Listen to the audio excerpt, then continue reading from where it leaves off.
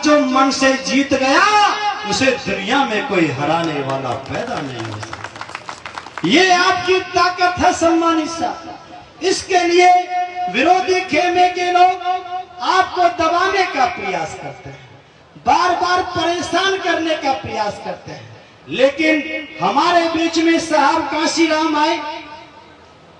उन्होंने कहा कि तुम मेरी बात मान लो, मैं तुम्हें देश का राजा बनाने का काम करूंगा। और सम्मानित साथियों, किसी को यकीन नहीं था कि एक चप्पल, टूटी चप्पल पहनने वाला व्यक्ति, टूटी साइकिल पे चलने वाला व्यक्ति, मुर्दों के कपड़े पहनने वाला व्यक्ति इस देश में राजा बना सकता है। ऐसा किसी को यकीन नहीं था, लेकिन साहब काशीराम आपको सत्ता की कुर्सी तक पहुंचा करके गए। इसलिए मेरे सम्मानित साथियों, उसी रास्ते पे मैं भी चलने का प्रयास कर रहा हूं। जैसा बंते जी ने बताया, मैंने भी ये तय किया है, असली सपूत औलाद वो होती है जो अपने माँ बाप के अधूरे पड़े कारवा को आगे बढ़ाती है। हमने भी ये तय किया है कि साहब काशीराम, अगर तुमने हमको सीएम बना के दिया तो आपकी असली सपूत औलाद उस दिन कहलाएंगे जब इस देश का प्रधानमंत्री आपको बना करके देंगे। कोई घबराने की जरूरत नहीं है। हम तो कहते आए हैं, हमको अगर शिक्षा के क्षेत्र में मौका मिला तो हमने दुनिया का सबसे विद्वान व्यक्ति बाबा साहब पैदा किया। अगर तुमने अर्जुन पैदा किया तो हमने एकलव्य पैदा किया। अगर तुमने अपने संत पैदा करे तो हमने संतों के संत रविदास महाराज पैदा किए। हमारी दबंगाई का इतिहास देखना है तो जलियांवाले कांड का अध्ययन कर लेना।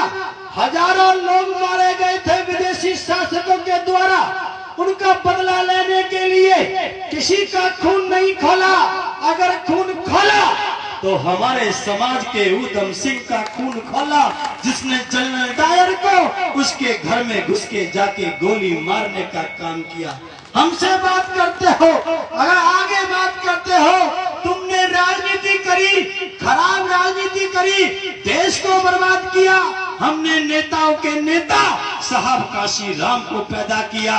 सबसे अच्छी मुख्यमंत्री बहन कुमारी मायावती को भी आप लोगों ने पैदा किया। क्यों? इसलिए घबराने की जरूरत नहीं है। एक दो बात छोटी मोटी बता करके बात समाप्त करता हूँ। अंधविश्वास से दूर होना है। किसे कहते हैं अंधविश्वास? जिस बात पर आप अंधे होकर विश्वास कर लो, जिस बात पे आप अंधे होकर विश्वास कर लो, उसी को तो अंधविश्वास कहते हैं। बुद्ध ने कहा है किसी बात को अंधे होकर के मत मानना। पूरी दुनिया में जितने भी देवी देवता भगवान हुए, उसने कहा कि तुम मेरे साथ जुड़ो। किसी ने भी, सबने कहा कि तुम मेरे साथ जुड़ो। अकेले पूरी दुनिया में भगवान बुद्ध हुए, उन्होंने कहा कि तुम्हें मेरे साथ जुड़ने की कोई जरूरत नहीं है, तुम आपस में जुड़ने का काम करो। पूरी दुनिया में ऐसा है। इसलिए सम्मानित सब, अंधविश्वास से दूर होना है, पाखंडवाद से दूर होना है। कैसे होना है, इस बात को बता करके एक दो लाइन में बात को समाप्त करूंगा। कैसे बनता है अंधविश्वास, इसको समझना। हमारी चाची ताई, पहले उस समय आप जवान रही होंगी, लेकिन आपकी सासू माँ चली गई होंगी दुनिया से। जब हम छोटे छोटे थे तो हमारी दादी कहानी सुनाती थी। क्या? हमारे वहाँ मरकट होता है, जहाँ पर लोग वो किए जाते हैं, दाह संस्कार होता है, मरकट बोलते हैं। वहाँ पे भूत रहता है। तेरा दादा गया था और उसको भूत ने पकड़ लिया था और पता चला कि भूत के पैर उल्टे होते हैं। भूत के पैर, देखो कैसे अंधविश्वास बनता है कि भूत के पैर उल्टे होते हैं, ये पहचान है उसकी। तेरे बाबा को लड्डू दिए, अब थोड़ी देर के बाद वो लड्डू राख बन गए। ऐसी कहानी सुनाती थी हमारी चाची, अम्मा, दादी, ताई। होता था ना। और क्या कहते, भूत होता तो है लेकिन दो चीज से बहुत डरता है भूत। कौन सी चीज? एक तो रोशनी से। अगर तुमको कभी जाना है तो माचिस जेब में रख के जाना। कहते थे ना, माचिस है अम्मा, कहते थे ना। तुम्हें ही समझाना है मुझे सबसे ज्यादा, इसलिए मेरा फोकस तुम्हारी तरफ है। अगर ये ना होता तो मैं वहां आ जाता। तो कहते थे दो चीज से भूत बहुत डरता है। इसलिए क्या कहे? दो चीज, एक तो रोशनी से, प्रकाश से, और दूसरा नंगे व्यक्ति से। कहते थे ना, नंग से बहुत डरता है। ये दो चीजें बताई जाती थी। हमें अब समझ में आया बनते जी कि ये रोशनी से क्यों डरता था भूत, ये प्रकाश से क्यों डरता था भूत, माचिस की तिल्ली जलाने से क्यों डरता था, और नंगे व्यक्ति से क्यों डरता था। प्रकाश का मतलब होता है, माचिस की तिल्ली का मतलब दो प्रकार से समझे। अगर माचिस की तिल्ली जल गई, रोशनी जल गई, तो तुम्हारे दिमाग में जो भूत नाम की कोई तस्वीर बनी हुई है वो खत्म हो जाएगी। रोशनी जल गई तो वो तस्वीर खत्म। क्या होता था? कोई झुंड खड़ा है, कोई घास का कोई हिस्सा खड़ा है, कोई छोटा सा पेड़ खड़ा हुआ है, उसको देखते हम सोचते थे कि शायद भूत है। उसकी आकृति हमारे दिमाग में बन जाती थी। दूसरी बात, प्रकाश का मतलब होता है ज्ञान। प्रकाश का मतलब होता है ज्ञान। जिसके पास ज्ञान रूपी प्रकाश होगा उसको भूत मिलेगा ही नहीं। इसका मतलब भूत होता तो हमको भी मिलता, इसका मतलब भूत होता ही नहीं है। लेकिन हमको डराया गया, हजारों साल से डराया गया। दूसरा क्या किया? नंग व्यक्ति से बहुत डरता। नंग व्यक्ति कौन होता था? जो किसी बात को ऐसे नहीं मान लेता था। जो भगवान बुद्ध को मानने वाले लोग थे, उनको इन मनुवादी लोगों ने नंग व्यक्ति के नाम से संज्ञा देने का काम किया। अब पता चला जो तर्कशील होता है उसको वो नंग कहते थे, और जो तर्कशील होता है वो बिना देखे किसी बात को सच्ची नहीं मानते हैं। ये अंधविश्वास फैलाने का इनका तरीका है। इनसे आपको बचना होगा। मैं एक छोटी सी कहानी जगह जगह बताया करता हूं। ये बता करके बात को समाप्त करूंगा। अम्मा सुनोगी? एक जैसे ये बिटिया है हमारी कोई यहाँ पर, ऐसी एक बिटिया की शादी हो गई। ऐसी भंते जी की बहुत कथाओं में आती थी छोटे छोटे पन से, उसकी शादी हो गई। अम्मा बात समझ में आ रही है आपको? उनकी शादी हो गई। बिटिया की होती है शादी, जैसी बिटिया बैठी उनकी शादी हो गई और वो अपने ससुराल चली गई। ससुराल में जाके उसकी माँ ने कहा, उसकी सासू माँ ने कहा, बेटा हमारे गांव के बाहर एक मंदिर है, हमारे गांव के बाहर एक मंदिर है। जब कोई नई बहू आती है तो हमें वहां पर देवी के दर्शन करने के लिए जाना होता है। होता था ऐसे पहले? क्यों अम्मा होता था? उसने सोचा, पढ़ी लिखी लड़की थी, अगर मैं अपनी सासू माँ से मना करूंगी तो वो गुस्सा हो जाएगी। उसने कहा चलो माता जी चलो। अब आगे आगे सासू माँ और पीछे पीछे बहू चल दी। क्यों साहब? पीछे पीछे सासू माँ आगे थी या पीछे थी बताओ? अम्मा सासू माँ आगे चल रही थी, पीछे चल रही थी? आगे ताली बजाओ। सुन रही है? आज बदल के जाएगी अम्मा। डोकरी मरना मत अभी, 2034 तक जिंदा रहना। तुमको इस देश का प्रधानमंत्री बना करके देख करके जाओगे आप लोग। घबराने की जरूरत नहीं है, बहुत पैदा हो गए हैं। इसलिए सम्मानित साथियों, आगे आगे सासू माँ और पीछे पीछे बहू। जैसे ही वो मंदिर के पास पहुंचे, दूर से देखा मंदिर के गेट पे 2 शेर बने हुए थे। होते थे ना पहले।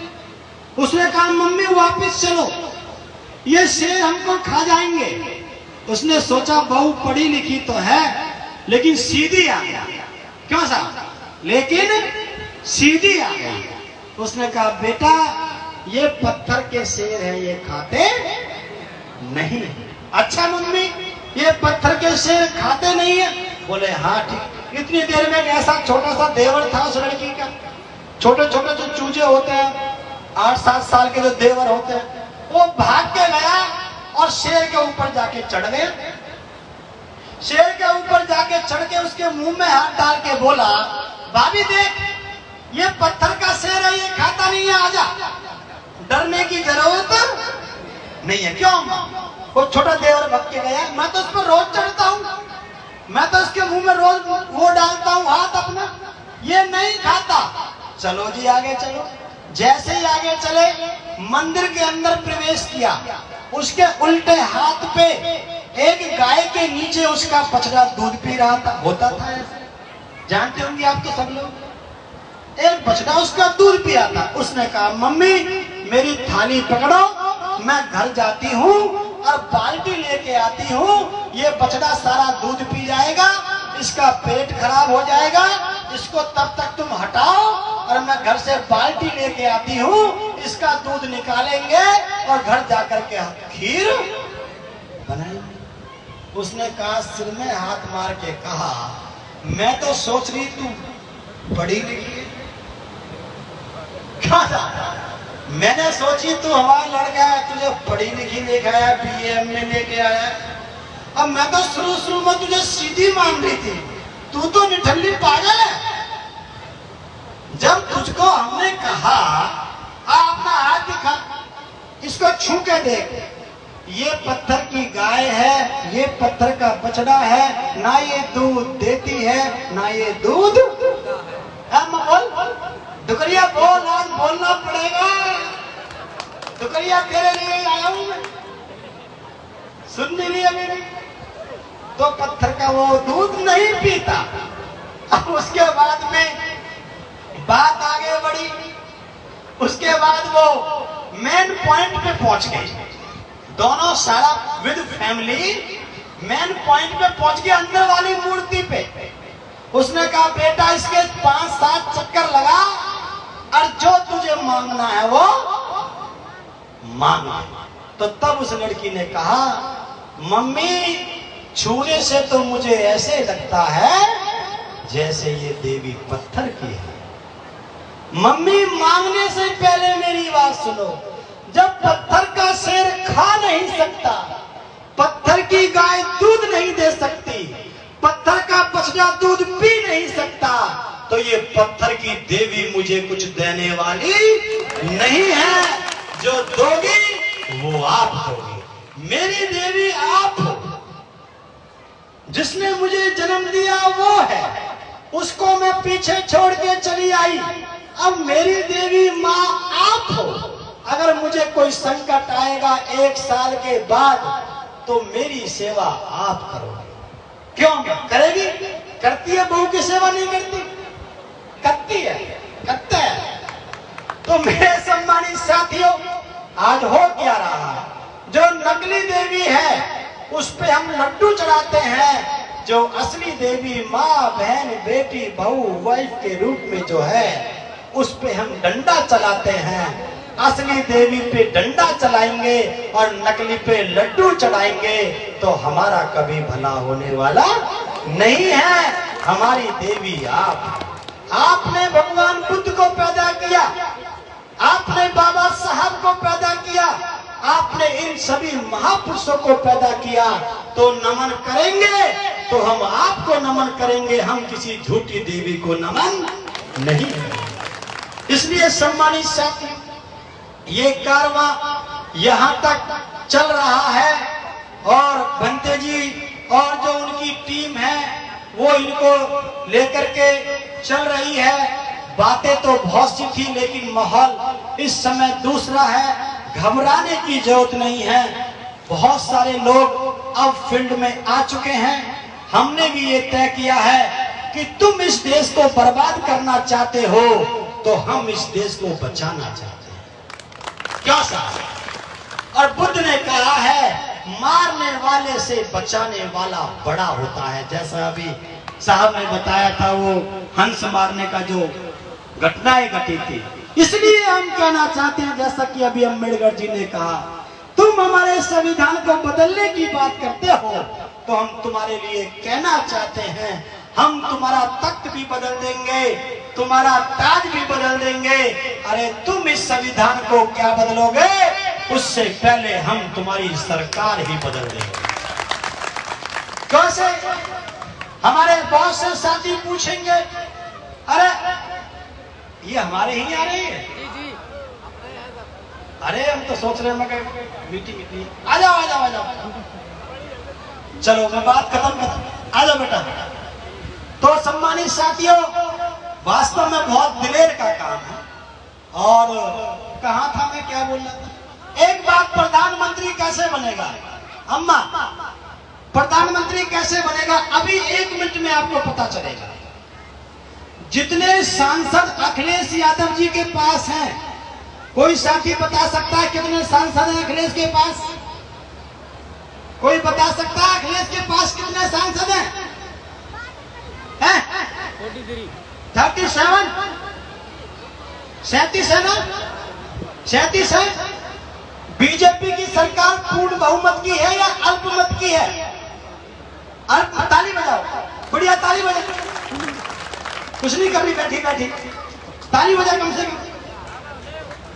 तो 37 सांसद हैं,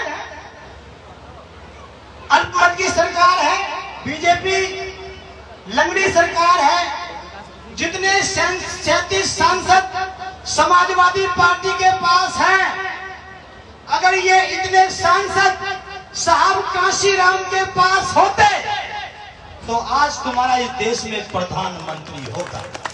क्यों साहब? होता नहीं होता? क्यों? साहब काशीराम कहते, मैं नायडू नहीं हूं, मैं नीतीश कुमार नहीं हूं, मैं जगजीवन राम नहीं हूं, मेरा नाम काशी राम है। अब ये गंगा उल्टी पहाड़ पे चढ़ेगी। अगर यकीन नहीं था, यकीन नहीं होता तो साहब बताते रहते हैं।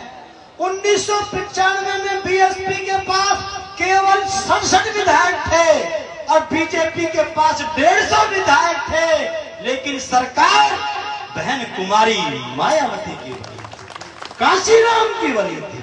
अब हमको 273 सांसद जीतने की जरूरत नहीं है सरकार बनाने के लिए। अब साहब काशीराम का जमाना है, 273 सांसद नहीं चाहिए हमको, तो 273 सांसद किसी के होने ही नहीं देने। क्या साहब? जब होंगे ही नहीं तो हम अपनी तगड़ी फंसाएंगे। हम कहेंगे भाई, हजारों साल का सपना है, हमने ये कमिटमेंट किया है कि सन 2034 में साहब काशीराम कब पैदा हुए? 1934 में। तो साहब काशीराम का 100वां जन्मदिन कब होगा? 2034 में। इसलिए हम उसकी तैयारी कर रहे हैं, उसके लिए हमने कमर कस ली है। हम तब तक जाकर के कहेंगे कि जब तुम्हारी किसी की पूर्ण बहुमत की सरकार, तो इसलिए सम्मानित साथियों, बहुत अच्छा आप लोगों का कार्यक्रम। मैं भंते जी को नमन करता हूं, आप सभी आयोजक साथी सभी का धन्यवाद करता हूं। मैं भी आपके बीच में बैठ करके सुनूंगा और हम लोग इस प्रोग्राम को पूरी तरह से इसका लाभ उठाएंगे। वे अंधविश्वास फैलाने की बात करते हैं और हम जागरूक करने का काम करते हैं। अभी पीछे में यादव समाज के लोगों ने बहुत कथा करा रखी थी, मैं वहां पर भी उन साथियों ने मुझे बुलाया, कहा कि सर हम आगे बड़ा प्रोग्राम करेंगे, अभी आपके लायक प्रोग्राम ऐसे उन्होंने भी कहा। मैंने कहा कोई बात नहीं, जयप्रकाश के लिए चाहे 50,000 आदमी हो, चाहे 5,000 आदमी हो, चाहे 500 आदमी हो, चाहे 5 आदमी हो, उससे इस बात को कोई फर्क नहीं पड़ता।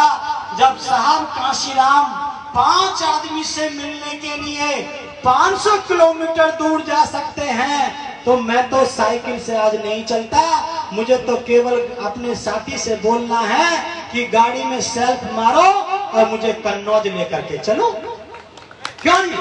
मुझे तो कुछ नहीं करना, ना गाड़ी में तेल गिरवाना, मैं कुछ कमाता ही नहीं हूँ, ना मुझे गाड़ी के तेल की चिंता, ना चलाने की चिंता। जब मुझे कोई चिंता नहीं है, चिंता है तो सिर्फ एक चिंता है कि इस देश का प्रधानमंत्री बनाने से पहले जयप्रकाश मरने वाला नहीं। देख लेना, बहुत से लोग कहेंगे तक पहुंचा दूंगा। क्या किसी को पता था कि ये आदमी पहुंचा देगा? किसी को नहीं पता था। अगर पता था तो अकेले साहब काशी राम को पता था कि वो सत्ता की कुर्सी तक पहुंचे। इसलिए साथियों, मैं बड़प्पन की बात नहीं कर रहा। मुझको पता है कि इस देश का प्रधानमंत्री भी बनाया जाएगा। इसलिए बाकी क्या बताएं। इन्होंने कभी अपने घर के बारे में नहीं सोचा था। ये इतने बड़े त्यागी पुरुष रहे, इन्होंने जितना सोचा वो समाज के बारे में सोचा। तो साहब ने अपनी पत्नी से कहा कि रामू, तेरे इस बच्चे का इलाज करने के लिए तो बहुत से डॉक्टर हैं, लेकिन इस कई करोड़ लोगों के अधिकारों को एक गांधी खा जाएगा, इसका डॉक्टर कोई नहीं है। इसलिए मुझे विदेश में जाकर के अंग्रेजों से बात करने के लिए जाना है। इतना त्याग। एक तरफ बेटे की लाश पड़ी है और दूसरी तरफ उनको इंग्लैंड जाना है, लेकिन बाबा साहब ने इंग्लैंड जाने का फैसला लिया। इसलिए नमन करते हैं बाबा साहब। उनको मानना होगा, उनको समझना होगा। ये हमारी आगे वाली या पिटिया लोग हैं, इनको इस बात को समझना होगा। ये सब लोग त्यागी पुरुष रहे। साहब काशीराम के बारे में आप जानते हैं, बहन जी ने भी त्याग किया है। सब चाहते हैं कि भैया शादी हो लड़की की, सब कुछ हो, लेकिन बहन जी ने भी प्रयास किया इस बात को आगे बढ़ाने का। हम ये चाहते हैं कि बहन जी के बाद भी ये काम आगे बढ़ता रहे, इसकी जिम्मेदारी हम नौजवान साथियों की। इसलिए हम बुजुर्ग साथियों से सबसे कहना चाहते हैं, बेफिक्र रहो। असली सपूत औलाद अम्मा, 3 प्रकार की संतान होती है, पूत, सपूत, कपूत। क्यों सा? पूत, सपूत और कपूत। पूत कौन? जो अपने माँ बाप के, अपने साम्राज्य को, अपने संस्कार को, अपनी जमीन जायदाद को ज्यों का त्यों बना के रखे, कम ना होने दे, उसे कहते हैं कि मैंने पूत जना है। क्यों? मैंने पूत को जन्म दिया है। और जो उस काम को आगे बढ़ा दे, 50 बीघे को 100 बीघे कर दे, काम को आगे बढ़ा दे, उसे कहते हैं सपूत जना है। सपूत है। और जो उसको बेच के दारू पी जाए, उसे खत्म कर दे, उसे नष्ट कर दे, तो उसे कहते हैं कपूत। क्यों साहब? चौधरी गलत नहीं बोल रहा? इसलिए हम पूत है, सपूत है या कपूत है? पूत बनना चाहेंगे, सपूत बनना चाहेंगे या कपूत? सपूत। ताली बजा। क्या बोला? सपूत। पहले पूत बोला था, मुझे सब पता है, मैं भी मास्टर हूँ, सब जानता हूँ। इसलिए सम्मानित साथियों, सपूत बनना चाहिए। हम अपने बुजुर्गों के काम को आगे बढ़ेंगे। इसलिए आप लोगों ने ये कार्यक्रम आयोजित किया, आप सभी का धन्यवाद करते हुए, और जो मुझे जानकारी मिली गुरुजी के बारे में, मुझे शायद ज्यादा जानकारी नहीं है, लेकिन आप सब लोगों ने मिलकर के इस कार्यक्रम को आयोजित किया है, उनकी पूरी टीम ने आयोजित किया है। आप सभी का धन्यवाद करते हुए मैं अपनी वाणी को विराम देता हूँ। सोशल मूवमेंट चैनल पे बेहतर जानकारी के लिए सब्सक्राइब का बटन दबाकर बेल आइकन का बटन जरूर दबाएं, ताकि आपको नया नोटिफिकेशन मिल सके। धन्यवाद।